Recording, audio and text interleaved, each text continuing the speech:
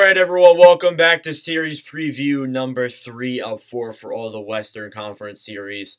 And this one is probably the least interesting if we're being honest. The second seed in the Pacific, Edmonton Oilers, are taking on the third seed in the Pacific, LA Kings. As the Oilers, they had their season struggles, but they still made the playoffs. And the Kings, well, at least I didn't think they'd be here right now. When you look at each team's regular season statistics, the Kings are 44, 27, and 11 for a total of 99 points. They have scored 239 goals and have only let in 236 to be third in the Pacific. The Oilers, on the other hand, are 49, 27, and 6 for a total of 104 points. They have scored 290 goals and have only let in 252 to be second in the Pacific Division. I will say it is pretty impressive that the Kings are even here right now. I don't think anybody really thought that the Kings were going to make the playoffs this season. I thought it was going to be just one more year of the rebuilding team. But no, they still have a lot of the core that was in the Cups in 2012 and 2014. Like, you still got Dustin Brown, you still got Anze Kopitar, you still got Drew Doughty, although he's probably not going to play in the playoffs.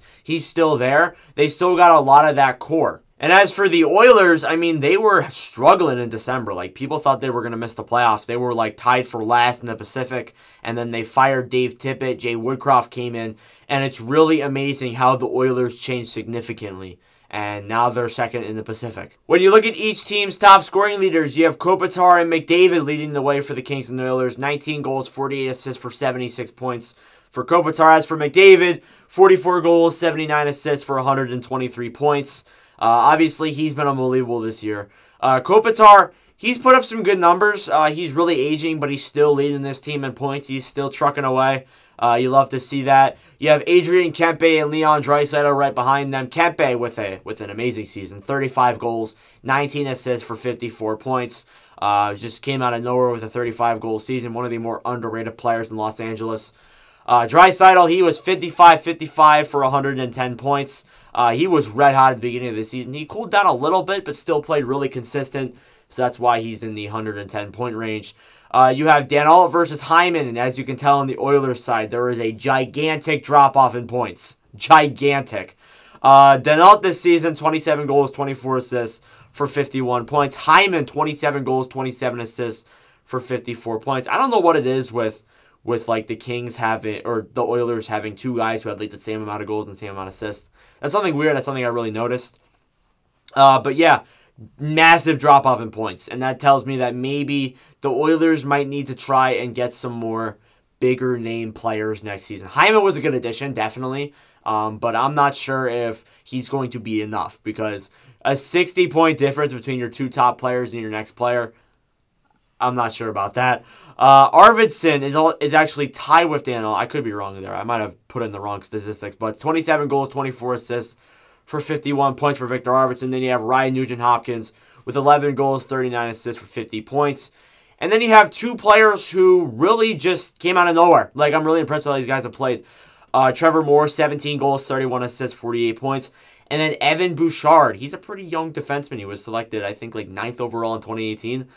12 goals, 31 assists for 43 points. I think you give offense over to the Oilers, obviously, because of how their team has played this season. But, I mean, the Kings have had a pretty good offense as well. I mean, Kempe, 35 goals is really impressive.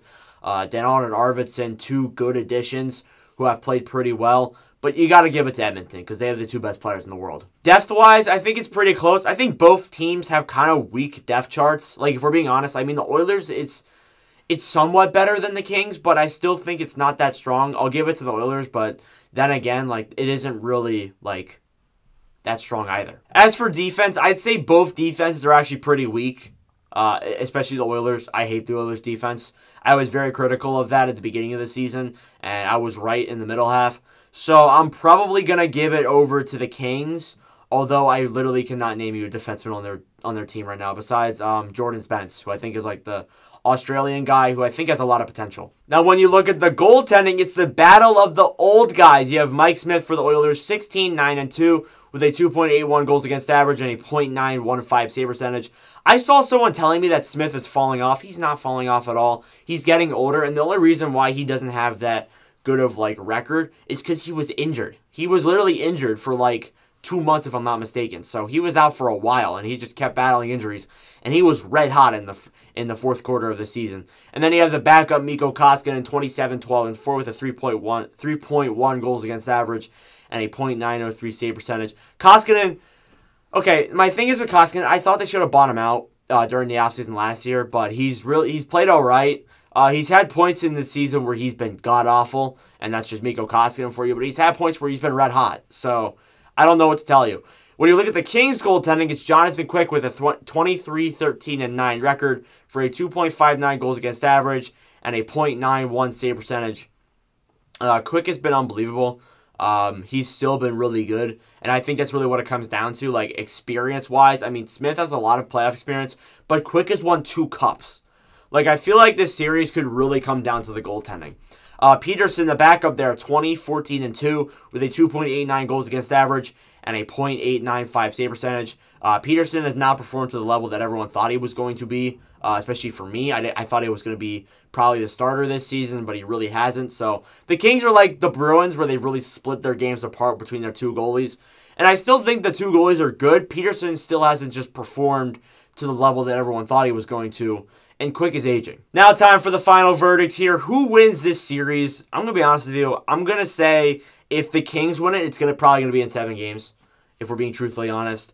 And as for the Oilers, I would probably say Oilers in 5 or 6 games. I feel like the Oilers are either going to be high-flying, they're going to go out there and destroy the Kings, or it's going to be a really close series, and the Kings are going to win in 7. I feel like it's really what it's going to come down to. It's going to be really split, but then again, it could be really lopsided. Anyways, that's it for me. Thank you all very much for watching. For us, Porsley, I really appreciate you guys to subscribe. That would be great. We're really growing the subs lately. We're almost at 2.7K, if I'm not mistaken. So we've been, or 1.7K, sorry.